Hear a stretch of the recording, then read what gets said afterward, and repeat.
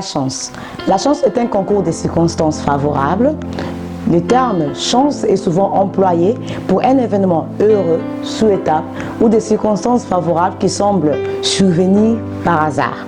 Beaucoup de gens utilisent l'expression chance sans réaliser un instant, ou plutôt refusant d'accepter que quelqu'un agit derrière les circonstances et les événements et que tout ceci ne sont pas le fruit d'un supposé hasard. D'autres parleront de bonne étoile. Éventuellement, quelqu'un mentionnera la providence ou, qui plus est, laissera échapper un petit Dieu merci sans pourtant comprendre de quel Dieu dont il s'agit. Et pourtant, le hasard n'existe pas. Je dirais même, le hasard porte un nom, c'est Dieu. Et la Bible affirme que Dieu agit de diverses manières en faveur des individus. Et dans ce cas, on ne parle plus de chance, mais de grâce. Nous le voyons dans la vie de Ruth la Moabite, veuve, sans enfant. Elle paraissait sans chance. Mais pourtant, la Bible nous montre comment Dieu a dirigé ses pas vers les champs de Boaz, qui était un proche parent d'Abimelech, ayant donc la capacité de la racheter. Quelqu'un dirait que c'est un hasard. Et pourtant, pour Naomi, les hasards étaient donc Dieu en qui elle croyait. Je dirais qu'il ne s'agissait pas d'hasard, mais plutôt de grâce. Pareil avec Joseph, un homme qui apparemment malchancé, haï et vendu par ses frères. Il devient esclave, puis il est oublié en prison et accusé injustement. Pourtant, il persévère même en prison.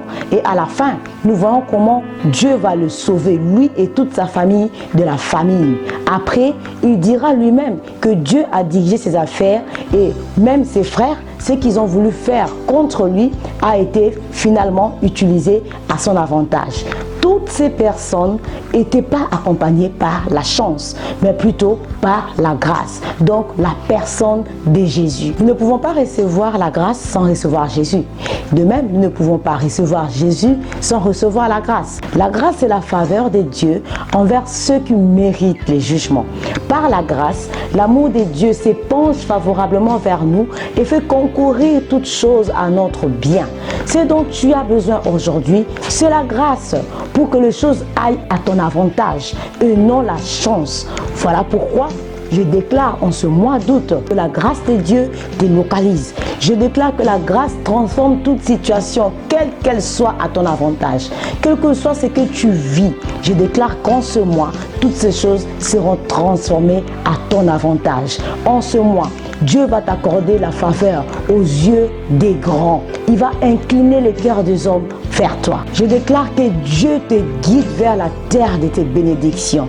Tu seras accompagné tout ce mois par la grâce. Tu vas moissonner là où tu n'as pas sémé parce que la grâce sera avec toi. Quand tu auras sémé, tu vas moissonner au centuple parce que la grâce va multiplier ta moisson. Je déclare en ce mois que les portes vont s'ouvrir parce que la grâce va frapper à ta place. Tu n'auras pas à les toucher, tu auras seulement à t'avancer et les portes vont s'ouvrir d'elles-mêmes. Je déclare que le bonheur et la grâce t'accompagnent tout au long de ce mois.